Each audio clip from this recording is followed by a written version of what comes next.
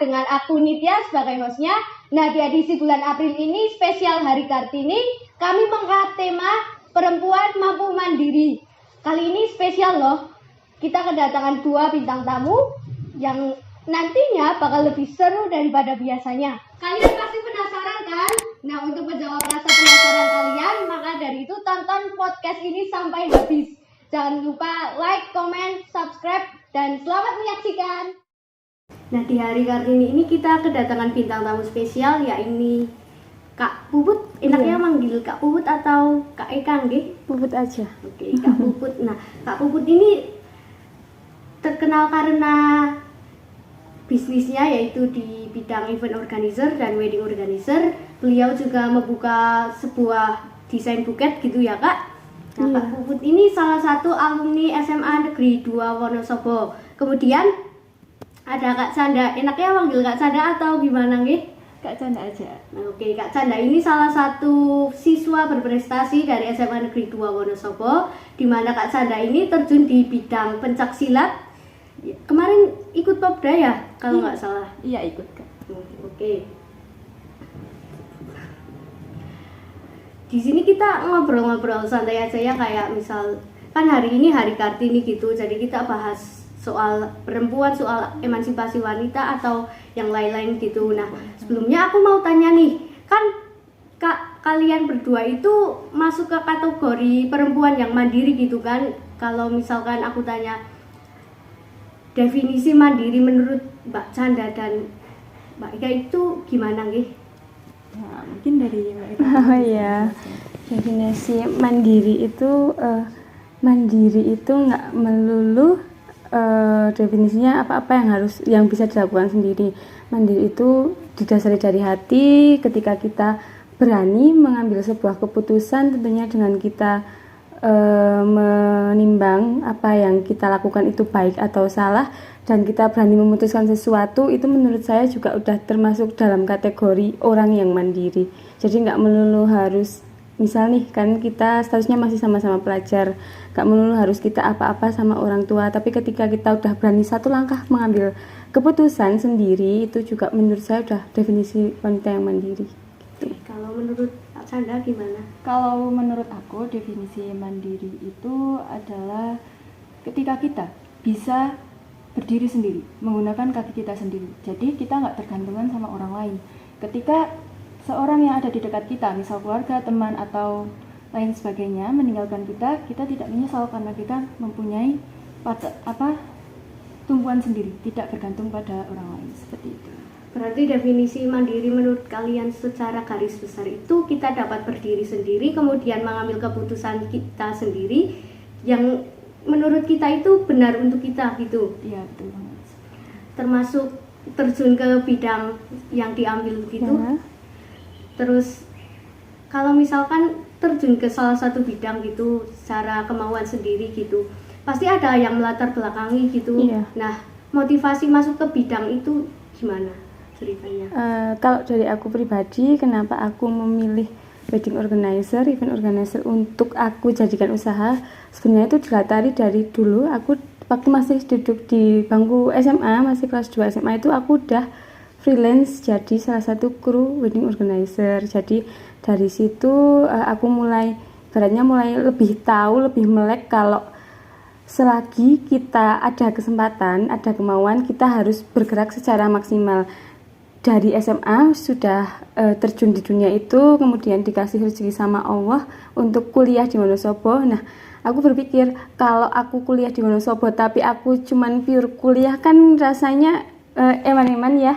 Jadi aku memilih untuk bekal apa yang pernah aku dapat, aku optimalkan, dan akhirnya jadi deh Lohana Wedding, salah satu bisnis aku, usaha aku yang masih sampai saat ini juga aku masih banyak belajar sih sebenarnya gitu. Kalau Canda gimana?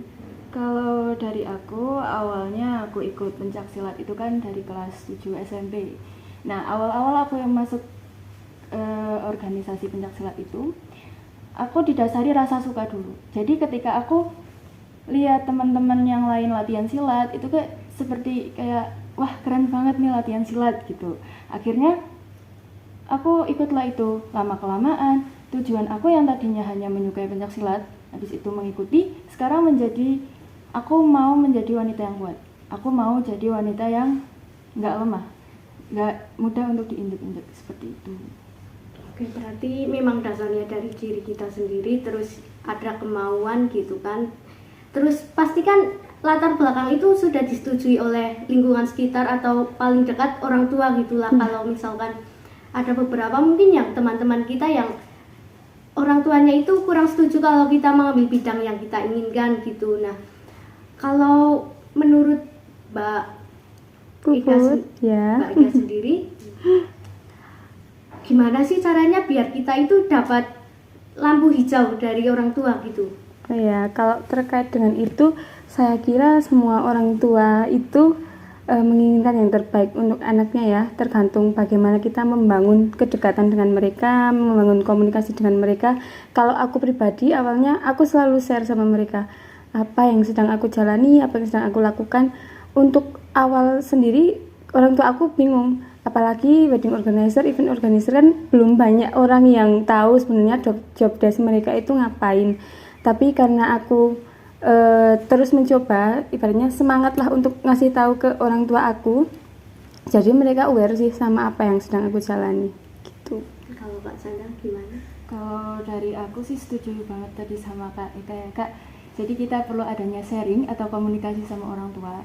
Jadi kita menjelaskan yang kita ikuti itu benar-benar positif, terus kita dapat benefit atau manfaat dari hal tersebut, terus membuktikan bahwa kita tuh bisa berprestasi atau menghasilkan di bidang yang kita ikuti. Yang jelas sih kita nggak boleh takut ya, karena kan saat ini banyak, nggak banyak sih di lingkunganku sendiri ada beberapa anak yang melakukan ini takut ketahuan orang tua dan lain-lain. Sebenarnya itu salah satu langkah yang salah sih. Kalau kita pengen lebih dekat sama orang tua kita harus share apa yang kita lakukan. Pasti orang tua menginginkan yang terbaik buat anaknya pasti.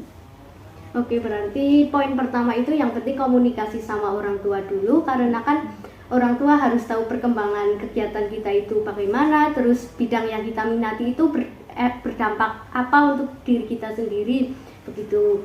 Kalau kan biasanya itu kalau menjalankan salah satu bidang atau terjun ke salah satu bidang itu pasti ada pasang surutnya gitu kan. Nah, pernah nggak sih ada di posisi surutnya itu, kalau kata anak zaman sekarang itu nggak mood gitu?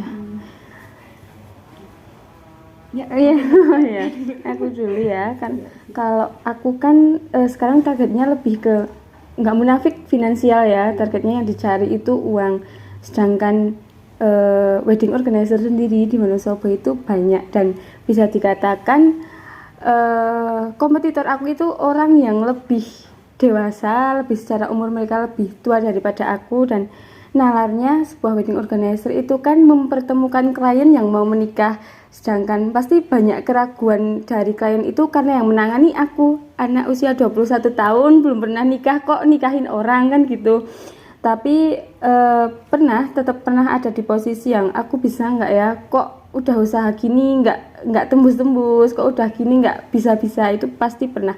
Tapi kembali lagi, karena aku udah terjun, aku merasa aku udah bangun itu dari nol, jadi aku tetap harus mempertahankan. Dan yang ditanamin orang tua ke aku, selama kita mau usaha, Allah pasti kasih jalan gitu. Kalau saya gimana? Kalau dari aku, rasa ingin menyerah atau malas ikut latihan itu pasti ada dan pernah. Tapi kembali lagi ke tujuan awal kita. Kan tujuan tadi sudah saya katakan kalau saya ingin menjadi wanita yang kuat atau tidak lemah. Nah, itu nantinya akan menjadi penyemangat kita lagi ketika kita lagi down. Terus juga saya pribadi belum pernah melihat orang yang hebat, orang yang sukses dari proses yang singkat. Ya, dari proses yang singkat. Jadi ada perjuangan, pengorbanan di setiap prestasi yang kita dapatkan. Seperti itu. Kan tadi kalau bicara soal pengorbanan gitu kan pasti banyak waktu yang dikorbankan gitu, apalagi kalau Mbak Chandra itu masih pelajar gitu kan, jadi butuh waktu untuk belajar juga. Nah, Kak Eka juga kan masih kuliah, nah gitu.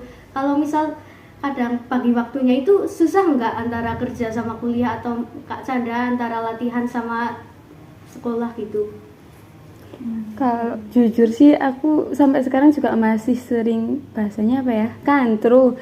Cuman kembali lagi sih, kita tuh harus tanggung jawab. Aku pernah kebetulan itu di kelas mewajibkan mahasiswa untuk datang karena waktu itu agendanya ada UTS, tapi kebetulan juga aku dapat event, jadi mau nggak mau kan aku harus bertanggung jawab di event karena aku udah dibayar.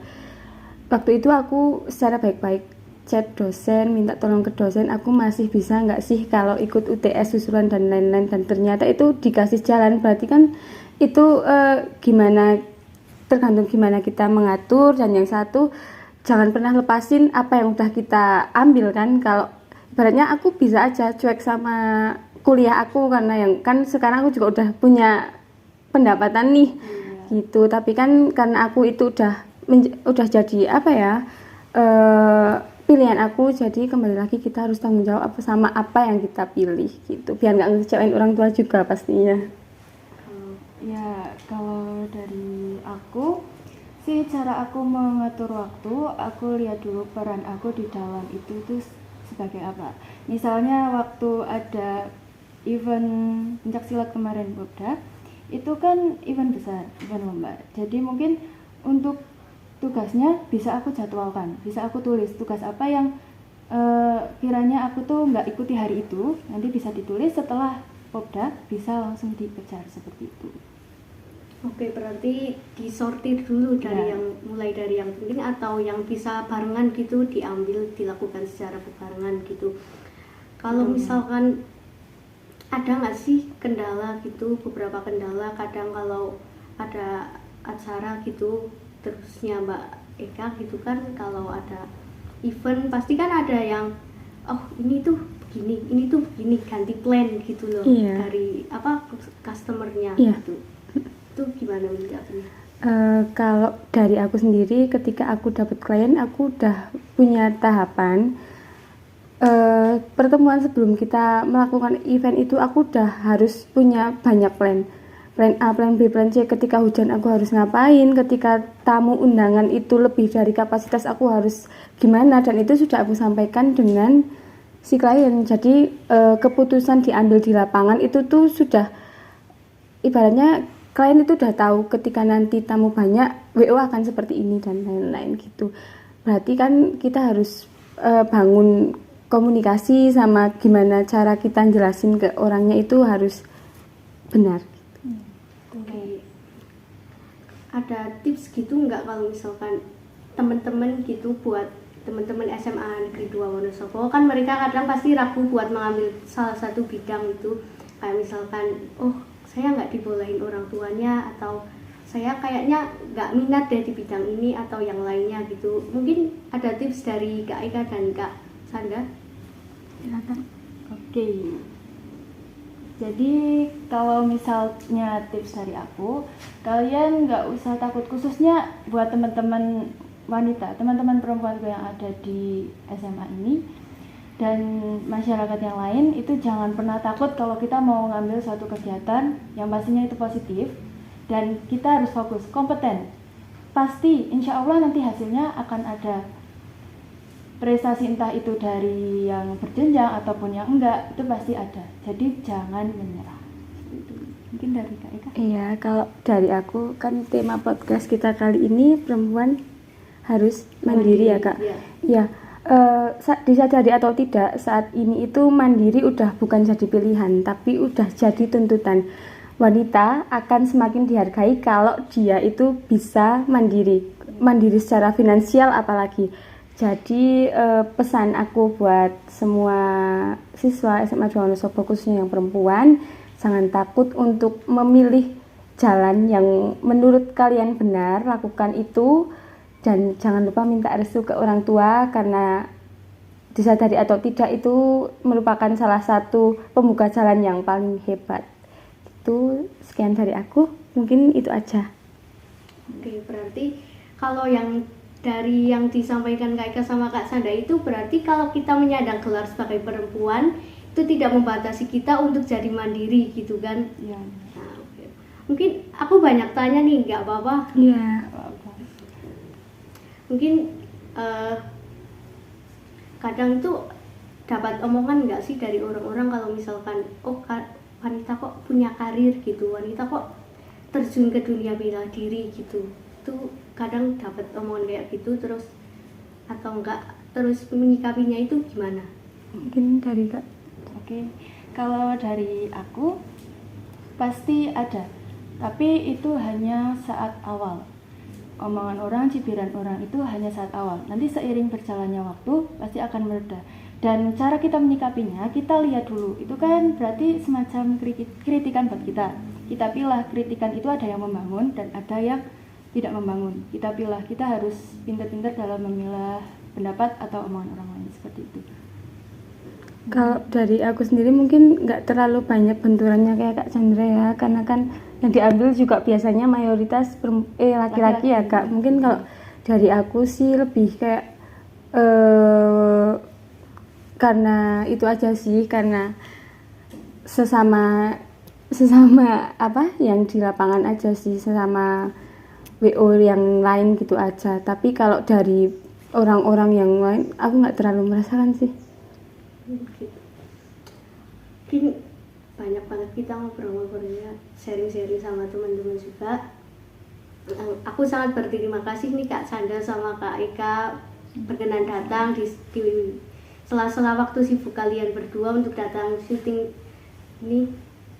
Aku harap bisnis Kak Eka makin maju, terus prestasi Kak Sandra juga makin unggul ya. Mungkin segini aja. Terima kasih banyak sudah mau menyempatkan diri datang ke SMA Negeri 2 Wonosobo untuk syuting podcast ini. Nah, terima kasih banyak. Iya, sama-sama. Nah, dari perbincangan tadi dapat kita simpulkan bahwa wanita mampu untuk hidup mandiri, independen, dan memiliki prinsip untuk mereka sendiri. Sekian dari saya. Jangan lupa nantikan podcast selanjutnya dan see you.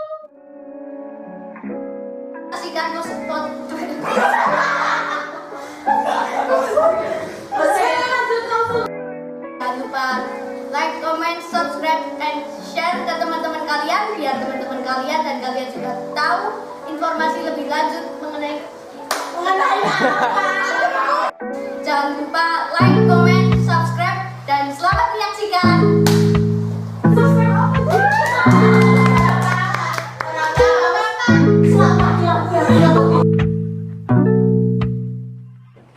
Selamat Hari Kartini untuk seluruh perempuan hebat di Indonesia dan seluruh warga SMA Negeri 2 Wonosobo. Glory Fiskas Madam.